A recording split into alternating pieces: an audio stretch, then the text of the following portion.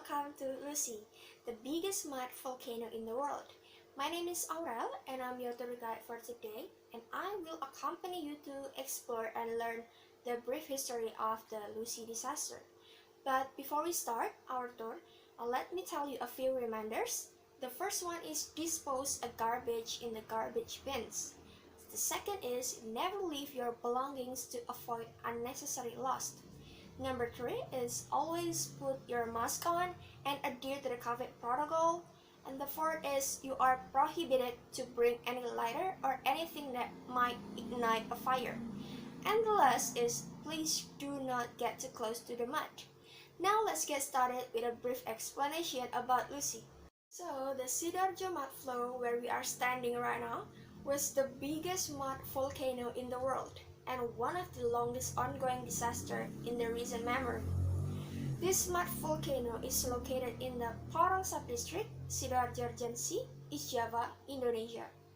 And locals often call this disaster as LUSI, which is an abbreviation from the word lumpur, which means mud in Bahasa, and Sidoarjo is the regency. This LUSI has been spewing hot mud and gases since May 29, 2006. This disaster took 13 lives and destroyed and drowned 24 factories, worship places, 16 villages, and 3 subdistricts, and also thousands of people's houses. Lapindo Brantas, which is an Indonesian oil and gas exploration company, was credited for the disaster's responsibility for the blowout. However, some scientists and company officials contend a distant earthquake caused it.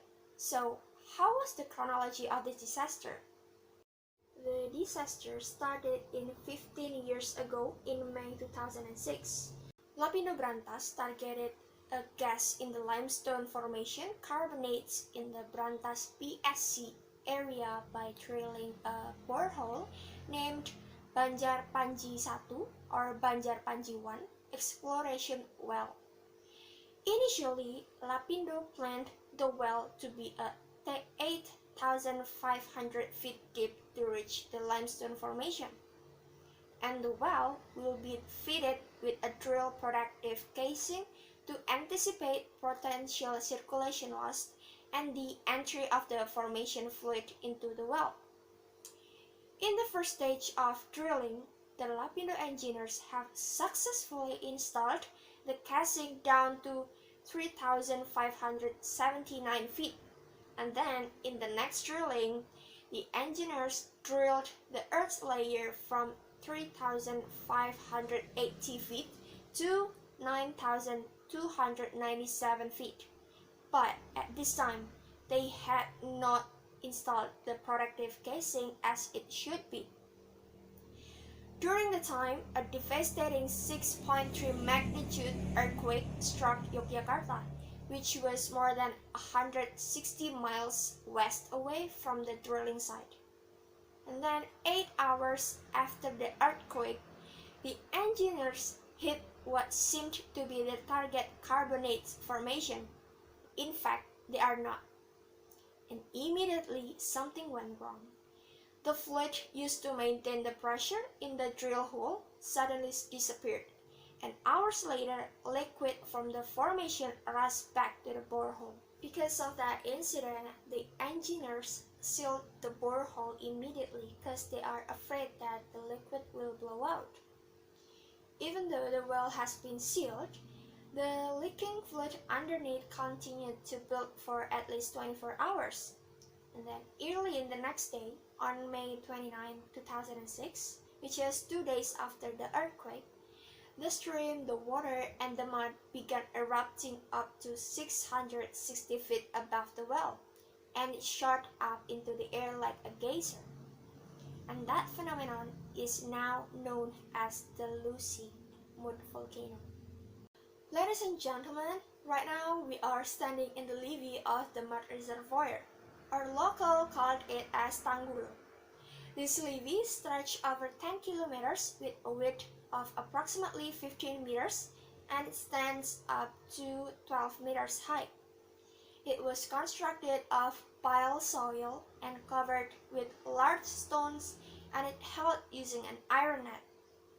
This mud reservoir covers an area of more than 720 hectares with different depths ranging from 10 meters to 18 meters depth. The mudflow is still active, especially in the bird center. Actually, during summer, we can approach the area which is not far from the bird center, but unfortunately, right now is the rainy season, so we cannot explore closely due to the wet terrain. There are 3 cleaning vessels in the reservoir, and those vessels diverting watery sludge into the nearby Porong River, which is channeled down to the sea. Let's move to the next area.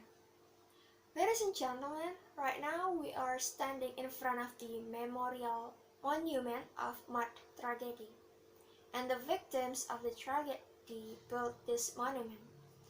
The installation of this monument is intended as a reminder that Lapindo victims will always demand the full recovery of their lives, who have been swallowed up by the mud.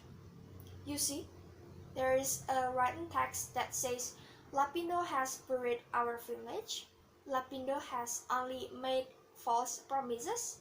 The country neglected to restore our life, and our voice never goes out so that this nation will never forget this. That's all I can say. Now let's rest for 10 minutes before we go back to the bus and go home. You can take a photo with the background of the monument of the mud reservoir. Unfortunately, our tour should end here. But before I close this door, I would like to remind you all not to forget to take vitamins, get enough to eat, drink, and sleep, since the weather has been erratic lately.